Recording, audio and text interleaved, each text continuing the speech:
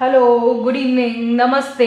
ये जो आपका 10 दिसंबर पर जो पेपर आने वाला है ना, आप लोगों को दिखा देती हूँ कि आज आपको बता भी देती हूँ कि 10 दिसंबर का जो पेपर आने वाला है ऑल इंडिया बार एग्जामिनेशन का, यही होने वाला है। यही पेपर आप लोगों को मिलेगा, तो ध्यान से देखिए। क्वेश्चंस भी यही होने वाले हैं, आंसर्स मैं यहीं पे बता देती हूँ। तो आप सोचेंगे कि क्या है, 10 दिसंबर का ऑल इंडिया बार एग्जामिनेशन का पेपर ये रहा आप लोगों के स्क्रीन पे। ये कोई केबीसी नहीं चल रहा है, इट इज अ फैक्ट। और ये पेपर आप देख लेना। ये आप लोगों का ओएमआर शीट होगा, जहां पर आप क्या करेंगे मैं आप लोगों को बताती हूँ। मोस्ट प्रोबेबली ओएमआर शीट में आप लोग क्या करते हैं, आप लोग जो है वो कौन सा पेन यूज करेंगे, विल बी, मैं आप लोगों को दिखा देती हूँ। आप लोग यूज करेंगे black pen. Okay, very very important, black pen होगा। और आप क्वेश्चन पेपर को लेकर आप थोड़ा सा ये होइएगा। आप क्या करोगे पता है, क्वेश्चन पेपर जो आएगा उसमें आप ए टिक करोगे, बी टिक करोगे, सी टिक करोगे, और उसके बाद में आप क्या करोगे, इस ओएमआर शीट के अंदर बाद में जाकर आप ये करोगे। ये गलती मत करना, ये गलती। और आपको क्या करना है, इस सर्कल के अंदर ही ब्लैक करना है प्रॉपरली। देखिए, ओके, ये काला बिंदु जो होना चाहिए आप ऐसे ऐसे कर दिए, ठीक है, आपने ऐसे कर दिया। आपकी ओएमआर शीट जो है वो चेकिंग में नहीं जाने वाली है और आप हो जाएंगे fail, which I don't want it to happen. तो फेल होने से बचिए और ये सारी चीजों पे ध्यान दीजिए। आपका जो सेट होगा ना, उसे आपको सर्किल करना है, टिक मार्क नहीं, ठीक है। जो भी आपका सेट होगा वहां पे आपको टिक नहीं करना है। ये बात मैंने इसलिए करके दिखाई, आपको सर्किल करना है। यही मैं आप लोगों को यहाँ पे बता रही हूँ कि शीट के अंदर टिक करना नहीं, शीट के अंदर ऐसा ऐसा करना मत, शीट के अंदर बिल्कुल नहीं, ये बाहर, ये आंसर रॉन्ग। और कितने मिनट में आपको एक क्वेश्चन सॉल्व करना है, वो है 30 सेकेंड्स, ठीक है। 30 सेकेंड से लेकर 1 मिनट तक आपको एक प्रश्न खत्म करना है, तो ही आप पास आउट हो पाओगे। और आपको मैंने बता दिया है कि 45 मार्क्स पासिंग है, ठीक है। दूसरी चीज मैं आपको कहूं, इंडेक्स के जेरोक्स यानी प्रिंट आपको लेके जाने हैं, वरना आप गए। और इस बात का वेट मत करना कि ए है तो मैं बाद में इसको ऐसे करके आ जाऊंगा। ओएमआर शीट गई, आपने क्वेश्चन पेपर में पूरे आंसर्स राइट किए, फिर भी आप लोगों को 0 मार्क्स दिए जाएंगे, क्योंकि ओएमआर शीट में पेपर में है ही नहीं, तो वो क्या चेक करेंगे, ठीक है। एक कॉपी आपके पास रहेगी, एक कॉपी उनके पास जाएगी। चलिए आगे बढ़ते हैं। ये हुआ आप लोगों का क्वेश्चन पेपर जो कि आने वाला है। What categories of the subject of the jurisprudence, extorial jurisprudence and the sensory jurisprudence? अब ये जो बैकमैन है, इन्होंने जो ये बताया है jurisprudence को लेकर, आप कहाँ से कॉपी करने वाले हो? आप लोगों के पास कितनी बैरिक्स होने वाली है? 24 बैरिक्स। 24 बैरिक्स में कहाँ पे ढूंढोगे? तो आपको क्या करना है, मल्टीटास्किंग करना है। Who describes the jurisprudence, players, lawyers, etc. version? अभी ये जूलिस स्टोन जो है उन्होंने किया था, ठीक है। Fiction theory is related to legal personality. अब जो फिक्शन थ्योरी है, तो थ्योरी के पास आपके पास होंगे नहीं, मैं यहाँ पे आप लोगों को मैक्सिम्स भी दिखा दूंगी, okay. The consumer protection act was enacted, आपके बैरक के सामने सामने प्रश्न है, 1986, okay. The appeal against the award, मैं आप लोगों को बता दूं कि यहाँ से केस लॉस भी आने वाले हैं, ठीक है। सेक्शन नंबर 173, आपको क्या करना है, इन सेक्शंस पे जाना है और इसको देखना है। दूसरे सेक्शन को फॉर्मल अप करना मत, टाइम वेस्ट करना मत। आप लोगों के पास 30 सेकंड्स होंगे इसको रीड करने के लिए, 30 सेकंड्स आंसर के लिए और 30 सेकंड्स, ऐसे आप अपना टाइम शेड्यूल करेंगे। आपके 3.5 घंटे कैसे जाएंगे पता नहीं चलता। वो 3 घंटे ऐसे लगता है, लेकिन वो आधा घंटा आप लोगों को लिए क्या होता है वो आपको नहीं पता। The amendment in the motor vehicle act is ₹50,000, 1994 की अमेंडमेंट थी।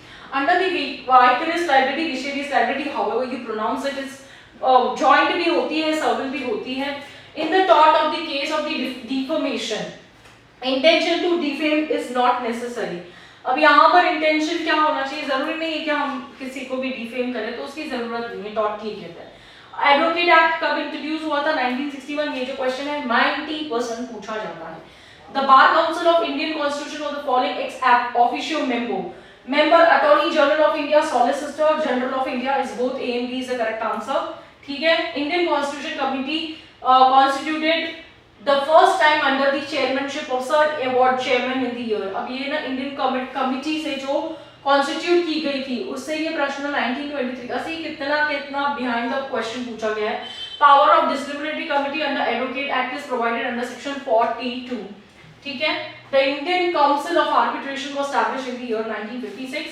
लेक्स आर्बिट्री मींस क्या होता है, इनमें से कुछ भी नहीं होता है. जैसे आप रीड आउट करेंगे आर्बिट्री में जाओगे, यहाँ पर ये मैक्सिमम पूछी गई है, मैं आप लोगों को मैक्सिमम प्रोवाइड करने वाली हूँ.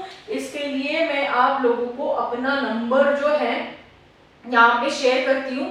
ठीक है, अगर आप लोगों को मैक्सिम्स की जरूरत है तो my number is this 6262027070. This is my number. If you want Maxim's from me तो आप लोगों को मैक्सिम्स दी जाएगी. ओके, और उसके लिए आपको बहुत हेल्प आउट हो जाएगा, trust me. In the arbitration conciliation act 1996 क्या बेसिक क्वेश्चन पूछा गया. Sub section 1 of the arbitration conciliation act talks about, किस बारे में बात करता है, नंबर ऑफ आर्बिट्रेशन के बारे में बात करता है. Arbitrators, I am sorry, a Sunni Muslim marriage with, मैंने आपको कह दिया है कि आपको बैरिक्स है ना सारे हिंदू मुस्लिम और इन सबके जो इंडियन लॉ है उसके अकॉर्डिंग आपको लेके जाना है, तो इट इज वैलिड. ठीक है, the dissolution of Muslim marriage in the 1939 is based upon Maliki school. अब ये जो है ना आपको ये स्कूल्स के बारे में आपके बैरिक्स में है क्या, पहले तो ये क्वेश्चन है आप लोगों को पूछना चाहिए मुझे, मैं ही बता देती हूँ, नहीं होगा, आप लोगों को बैरिक को अच्छी तरह से रीड आउट करके जाने का है. Okay, under the Hindu adoption and maintenance act 1956 a female Hindu was a capacity to take a daughter in adoption if she is not married. तो देखो अगर शादीशुदा नहीं है तो भी मैरिड है, लेकिन अगर बेचारा जो हस्बैंड है वो शादीशुदा होते हुए भी अपने बच्चे के लिए कस्टडी का केस फाइल करता है. चलिए, a child born in the void and voidable marriages under Hindu marriage legitimate. The father of which the leader has been Deputy Prime Minister of India, Mrs. Meera Kumar. Very important question है, ये प्रश्न आप देख लेना. Who was the constitutional advisor of Constituent Assembly? पता है आप लोगों को कितने सारे जने अंबेडकर देख के चले आते हैं क्योंकि कॉन्स्टिट्यूशन की बात की है, but it is a very B.N. Rao जो थे was the advisor, है ना. इस प्रश्न को जरूर समझने की कोशिश करिए, देखिए. The concept of a judicial review is based upon, now this review is based upon the rule of law. Procedure तो है ही नहीं, ड्यू प्रोसेस भी नहीं है, इंटरनेशनल भी नहीं है. चलिए नेक्स्ट क्वेश्चन की तरफ. Protection of environment is a, देखो प्रोटेक्शन में इसमें कॉन्स्टिट्यूशनल ड्यूटी भी है, डायरेक्टिव प्रिंसिपल्स भी है, तो both A and B is the right answer. The item of education belongs to, अब यहाँ पे और कौन सी लिस्ट को देखोगे, आपके इसमें शेड्यूल होगी तो आप फटाफट इसको आंसर को दे पाओगे. It's a continent list. When the interpreting the phrase equality before the law contract, Article 14 of the Constitution, the Supreme Court constantly maintained the equality means among equals the law should be equal and laws should be equal and should be equally administered. Preamble नहीं पता ना तो इसको तो आप attempt करना भूल जाना, preamble को बिल्कुल देख के जाना.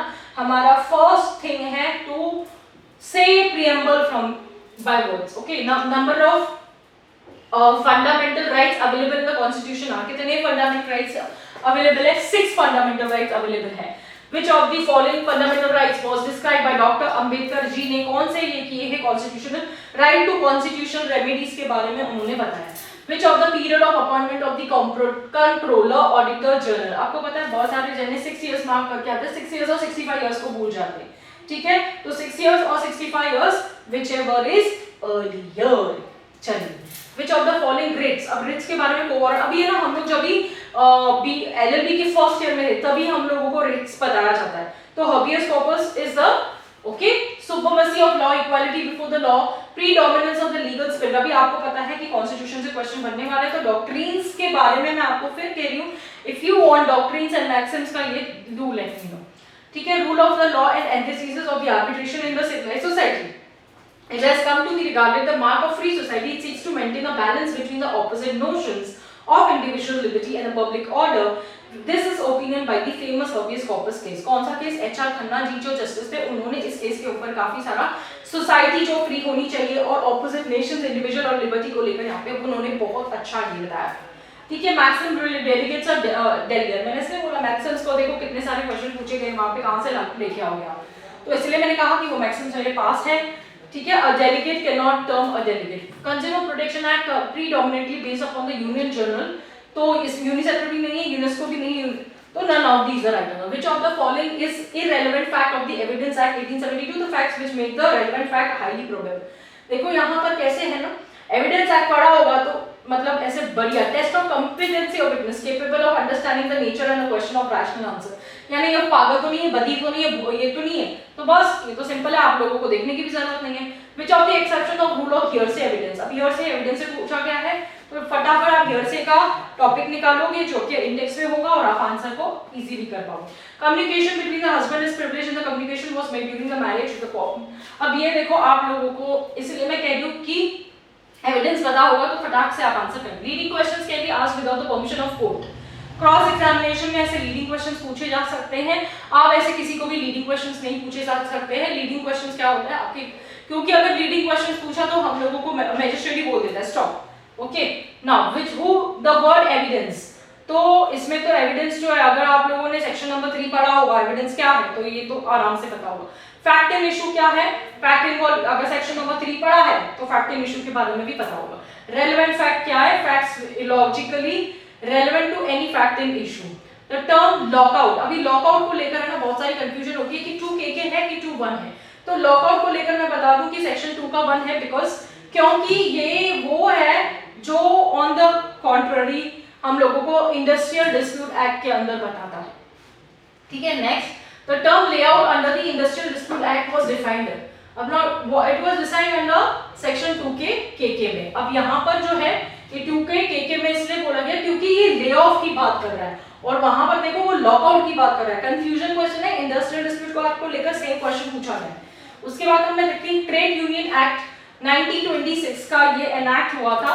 उसके बाद में मिनिमम वेजेस, अब मिनिमम वेजेस को लेकर हम लोग ने ये कौन से ईयर में है आप मुझे बताओगे कमेंट करके। चलिए, the minimum wages act was enacted same year. The trade union act provided for registration of trade union for workers, recognition of registration of trade union as a juristic person, all of the above. Foreign courts under the section 2 of 5 CPC, a court is situated outside India। अब ये foreign courts जो है वो outside India में ही है ना, इसलिए तो बोल रही हूँ CPC के लेक्चर सुनो और इस बात पे।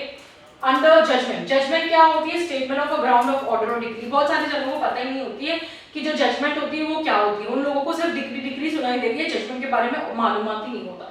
तो ग्राउंड ऑर्डर और डिग्री ये जो डायरेक्ट आपको मार्क करना है, वहां पे सर्च आउट भी नहीं करना है। रेस्ट सब्जेक्टाइज का मतलब आप लोगों को पता है कि जो भी सेक्शन 10 है ना, सेक्शन 10 और सेक्शन 11 सीपीसी के बाप है। चलो, डॉक्ट्रिन ऑफ रेस जुडिकेटा, आगे अपना सेक्शन नंबर 11 की बात कर रहे हैं। नेमो डेपेक्स विक्सारी, इंटरेस्ट ऑफ रिपब्लिक या एट फिनिस लिथिन, ये जो मैक्सिम्स है, ये जो आप बोल रही हूं मैं आप लोगों को चाहिए तो मुझसे ले लीजिएगा। Principle of res judicata, both co-defendant और को-प्लेंटिफ, कौन सा प्रिंसिपल जो अप्लाई करता है, तो both A and B is the right answer. Validly foreign judgment in a civil court, challenge under the section of 13, वहां पे देखिए इंडिया से बाहर डाइवोर्स लेके बैठे हो, इंडिया में क्या कर रहे हो आके, है ना, तो ये बात वहां पे आती है। Section 15 of CPC, the court of lowest grade, अब जो भी लोएस्ट ग्रेड कोर्ट्स होते हैं, तो सेक्शन नंबर 15 आपको डायरेक्ट क्वेश्चन है, 15 में चले जाइए, आपको सीधा सीधा आंसर मिलेगा, कहीं ढूंढना मत। X residing in Delhi publishes a statement of defamatory either in Delhi or Calcutta, कहाँ पे फाइल करेगा, कहाँ पे सू करेगा उसको, वहीं पे कर सकता है जहाँ पे उसने किया है, तो यहाँ पे वहाँ पे भी कर सकता है, वहाँ भी कर सकता है ना। A suit for damages for the breach of contract, अब breach of contract जब होता है ना, तब whether the contract was made, whether the contract was performed by the breach occurred. In every claim under section 26 of CPC should be proved by the affidavit, तो यहाँ पर जो है ना सेक्शन नंबर 26 जो है वो आपको डायरेक्टली बताएगा एफिडेविट के बारे में।